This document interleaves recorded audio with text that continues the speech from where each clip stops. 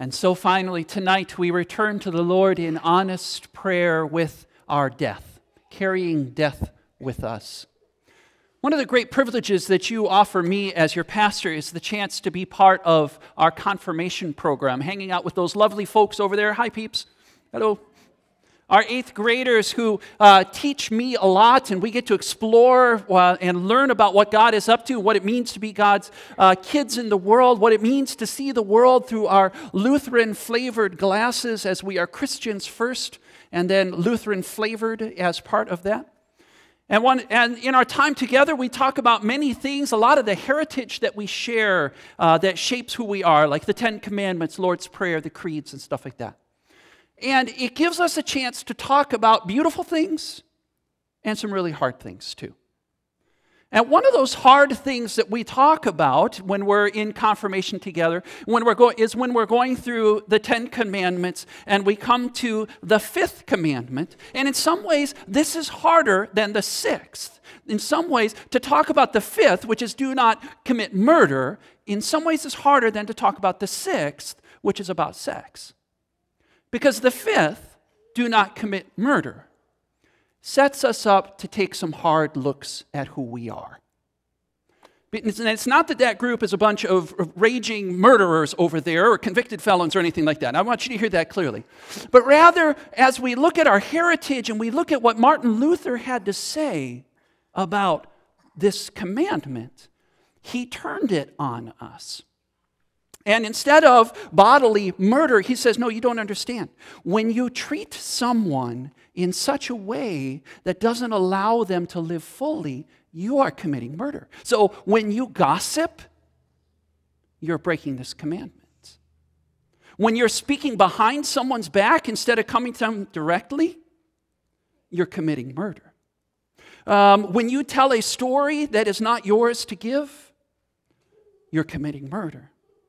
When you are asking secrets or speaking about someone instead of to them, you're committing murder. And then, of course, as we talked about it, we realized that Jesus took it even further, right? And Jesus is the one that said, if you're just angry with somebody, you're committing murder. And so the hard realization for us is that we together kill each other in big and small ways every day. The truth is, we are surrounded by death, and it fills us through and through. And in fact, our society is just saturated with death too. I read an article just today that was talking about, so I have a smartphone. Many of you have smartphones too.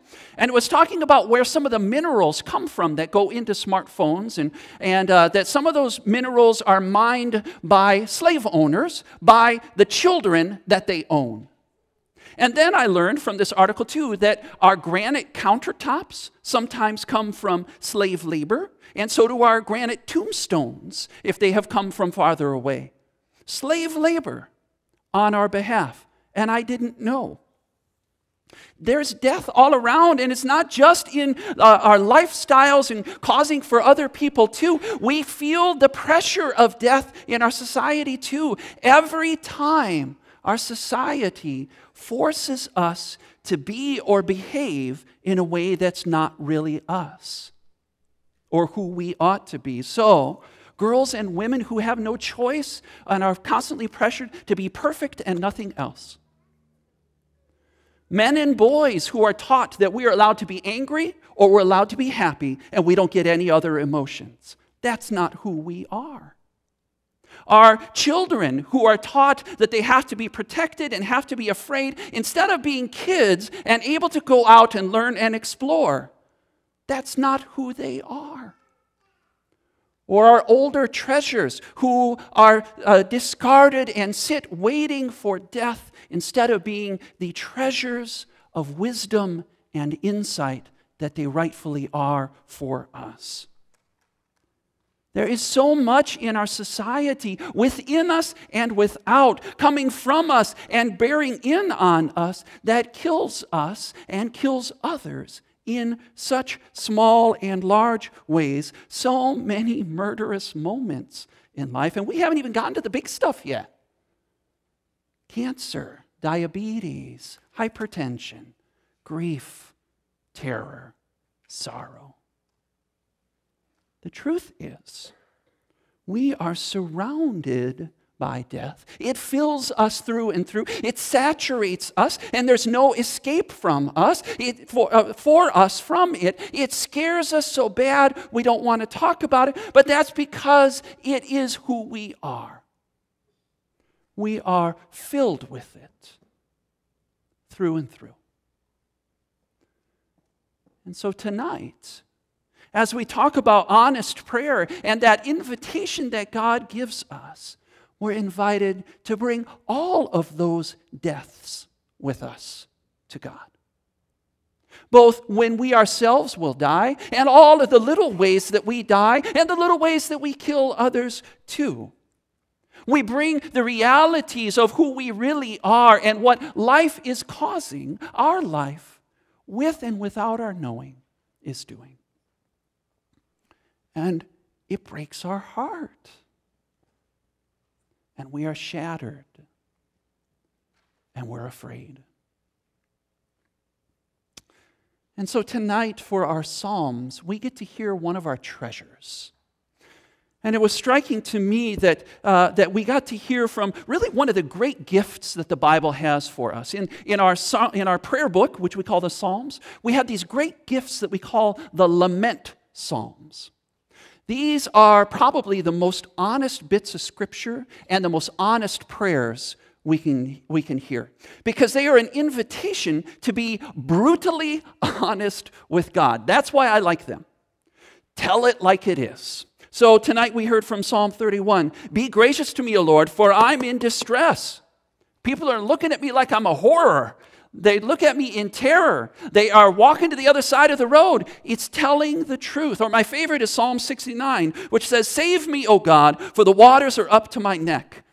They are blunt, and they are truthful, and they bring it all, and they name it all, and they say, this is terrible, and this is awful, and I don't know what to do about it. So God, over to you. The Lament Psalms, this honest prayer, is not shiny, but it is honest for who we are and where we are. And they're that invitation that we have, the reminder that as part of being faithful people, we are invited to get angry with God, invited to let God know about it, invited to tell God when we're disappointed. We're invited to be honest because that's what God wants from us. Not shiny, happy people, but beloved people in relationship with Him. And this kind of honesty, having it out with God, no matter what it is what we call honest prayer. So one of the really formative people in my life was a man named Tom Rogers. And Tom is one of those in my life who taught me a lot about faith and about what kind of man that I want to be and who I'd like to be in the world. And Tom, when he was 19 years old, the summer after his freshman year in college, caught polio. And this was during that time when it was about a year or so before the vaccine was discovered. And so some of you are going to nod along with me and remember what that was like. When we didn't know how it was transmitted, we didn't know how to stop it, it was incurable, we didn't know what to do. He was one of the last ones to catch it, and he caught it bad. So he wound up 19 years old in the hospital. He wound up in an iron lung as gradually he lost all movement from his neck down. 19 years old. And in fact, he lost everything but this. He could move these two fingers just this much. And the reason he kept those two fingers, he said that's where the nurse's call button was. And he was so scared something would happen that he put everything he had, every fiber of his being, into those two fingers to be able to call the nurse. And so Tom, out of the iron lung, had to learn how to gulp his breath. Up. And the doctors gave him 3 years to live. 38 years later, I started spending my summers with Tom. living with him and taking care of him. Let me say those numbers again, in case you missed it. They gave him 3 years to live. 38 years later, I got to start working with him. And taking care of him, he was living his life in a wheelchair with a respirator. And I thought of him for our time tonight as we're thinking about death and all the ways that death encounters us and is within us. And I thought of him because Tom, beyond anybody I've ever known, knew what it is to live through the death of everything he thought he could count on. Right? 19 years old, every dream he had, he was a football player. No more. Every dream he had about what he would do for his career died there in that iron lung as he gradually lost the movement. He had to find, and then to live, 3 years to live, he had to live with the constant certainty that and probability that he was going to die at any moment. And 38 years later, as I got to know him, well, I don't know what he said to God. I don't know what conversations he had because I wasn't privileged to be part of those.